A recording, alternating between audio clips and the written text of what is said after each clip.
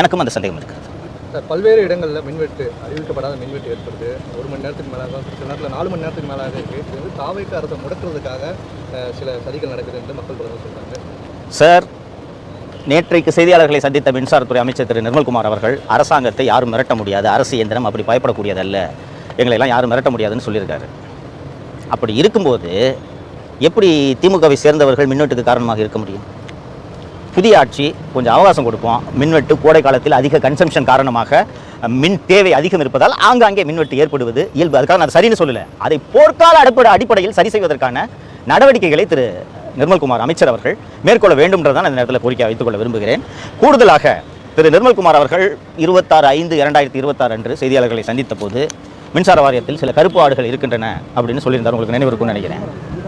கருப்பு ஆடுகள் இருக்கின்றன தெரிஞ்சவர் அந்த கருப்பு ஆடுகள் ஆவணத்தையும் ஆர்டிஸ்கையும் திருடுன்றது யோசிக்க வேணாமா?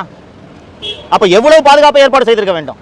அமைச்சர் அப்படித்தான் இது புரிந்து கொள்ள வேண்டியிருக்கிறது. அதாவது விஷயத்தோட தீவிரத்தன்மை அமைச்சர் அவர்களுக்கு புரியவில்லையோ என்று எனக்கு தோன்றுகிறது. உங்களுக்கு ஆயிரக்கணக்கான கோடி ஊழல் நண்பரே. இந்த மற்ற துறை போல மின்சாரத்துறை இல்லை.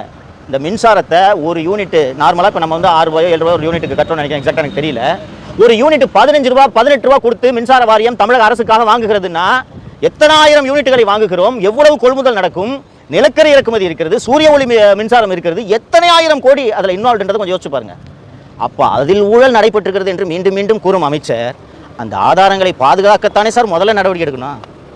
கருப்பாடு இருக்குன்னு நீங்கள் தான் சொல்கிறீங்க. அப்போ அந்த கருப்பாடை பிடிக்கிறதுக்கு தானே உடனே நடவடிக்கை எடுத்துக்கணும். ஒரு அலுவலகத்தில் சிசிடிவி இருக்கா இல்லையான்றதே தெரியாமல் நீங்கள் என்ன ஆய்வு சார் பண்ணுறீங்க? வருத்தமாக இருக்குங்க. சரிங்களா? நன்றி. பேசும்பொழுது என்ன சொல்லியிருந்தாருன்னா எஃபிஷியன்ட்டான போலீஸ் ஆஃபீஸரை நியமனம் செஞ்சிருக்கோம் அப்படின்னு சொல்றாரு. உண்மையிலே எஃபிஷியன்ட்டான போலீஸ் ஆஃபீஸர் தானா இப்போ இருக்கிறவங்க எப்படி பாருங்க? பெரும்பாலான அதிகாரிகள் அற்புதமான அதிகாரிகளாக இருக்கிறார்கள். உண்மையிலே மகிழ்ச்சியாக இருக்கிறது. நான் சொன்ன அந்த ஒரு கருப்பாடை தவிர பெரும்பாலான எல்லா அதிகாரிகளும், பெரும்பாலான இல்லை எல்லா அதிகாரிகளும், உங்களுக்கு எல்லை பாதுகாப்பு படையில் பணியாற்றிக்கிட்டு இருந்த ஒருத்தரை எதற்காக அழைத்து வர வேண்டும் இல்லைங்களா? அங்கே தமிழ்நாட்டில் இல்லையா? பேனலில் 3 பேர் அப்ரூவ் பண்ணி அனுப்புகிறாங்க. எனக்கு டெல்லியிலே மத்திய பணியிலே எல்லை பாதுகாப்பு படையில் இருக்கும் அதிகாரி தான் வேண்டும் என்று ஏன் தேர்ந்தெடுக்கிறார்? நல்ல அதிகாரி.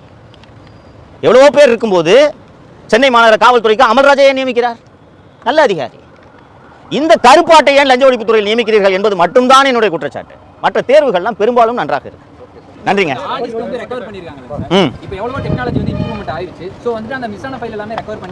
அற்புதமான கேள்வி.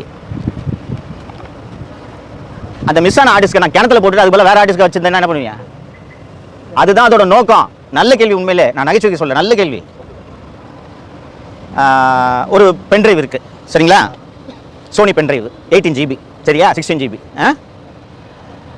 அந்த பென்ட்ரைவில் முக்கியமான டேட்டா இருக்கு. அதை அழிச்சிருந்தாலும் பென்ட்ரைவ்லேருந்து ரெக்கவரி பண்ண முடியும், பார்ஷியலாக ரெக்கவரி பண்ண முடியும். நான் அந்த பென்ட்ரைவை தூக்கி கிணத்துல வீசிட்டு 4 சோனி பென்ட்ரைவ் வச்சிருந்தா எதை ரெக்கவரி பண்ணுவீங்க? அதான் அதோட நோக்கம். புரிஞ்சுக்குங்க. இது என்னங்க லாஜிக்? 18 ஆர்டிஸ்ட் தான் காண போயிருக்குன்னு மந்திரி சொல்றாரு, ரைட்டா? இவங்க போய் 34 ஆர்டிஸ்ட் சீஸ் பண்ணாங்கன்னா இது என்ன கணக்குது? அதில் ஜனநாயகன் படம் இருக்கும், பார்த்துட்டு நல்லா இருக்கா நல்லா இல்லையான்னு ரிவ்யூ போடுங்க. நன்றிங்க. பின்னல் பேசுவோம் நண்பரே.